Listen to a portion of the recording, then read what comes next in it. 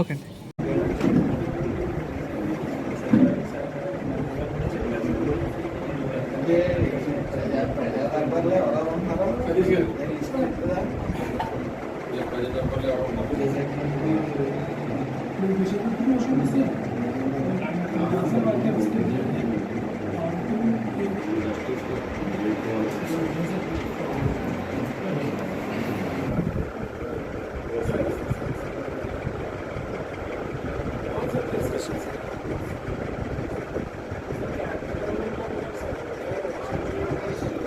Ramachandrapuram urban సచివాలయాల్లో పనిచేస్తున్నటువంటి సిబ్బంది అందరం కూడా ఇటీవల ప్రభుత్వం విడుదల చేసిన జీవోఎంఎస్ నెంబర్ 5లో ఉన్నటువంటి రేషనలైజేషన్ మరియు ట్రాన్స్ఫర్ సమస్యలు మన మంత్రి గారి దృష్టికి తీసుకురావడానికి ఇక్కడికి రావడం జరిగింది. కూటమి ప్రభుత్వం అధికారంలోకి వచ్చిన తర్వాత సచివాలయ వ్యవస్థను గాడిలో పెట్టాలని చెప్పి రేషనలైజేషన్ ప్రక్రియ అనేది చేపడతామని చెప్పినారు. అయితే రేషనలైజేషన్ ప్రక్రియలో చేపట్టడానికి ముందు ప్రతి ఉద్యోగికి ఒక నిర్దిష్టమైన ప్రమోషన్ ఛానల్ కల్పిస్తామన్నారు.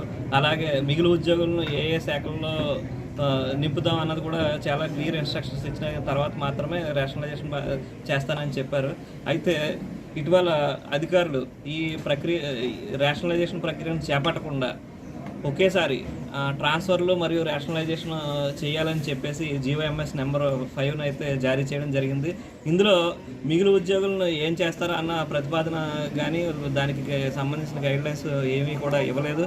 అలాగే బదిలీల్లో సొంత మండలాల్లో పనిచేయకూడదు, సొంత మండలాల్లో వారికి పోస్టింగ్ ఇవ్వరాదు అనే కొత్త నిబంధనను అయితే తీసుకురావడం జరిగింది. గ్రూప్ 2 స్థాయి పై అధికారులకు మాత్రమే ఉండే సొంత మండలం అనే నిబంధనను చాలా చిన్న స్థాయిలో ఉండే సచివాలయ ఉద్యోగులకు విధించడం అనేది చాలా దౌర్భాగ్యం అని చెప్పుకోవాలి. మరి గౌరవ మంత్రి గారు గతంలో చెప్పారు, ప్రతి ఉద్యోగికి కూడా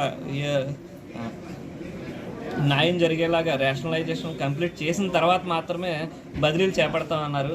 కానీ మంత్రి గారి వ్యాఖ్యలకు విరుద్ధంగా ఈరోజు అధికారులందరూ కూడా జీవోఎంఎస్ నెంబర్ 5ని జారీ చేశారు.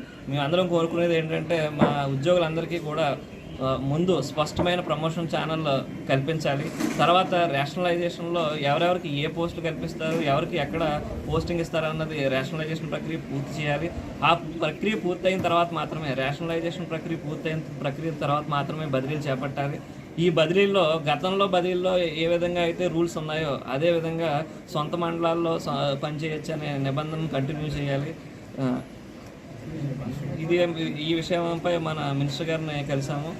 మా సమస్యలన్నీ కూడా ప్రభుత్వం దృష్టికి తీసుకెళ్ళి పరిష్కారం కోసం కృషి చేస్తానని సానుకూలంగా తెలిపారు.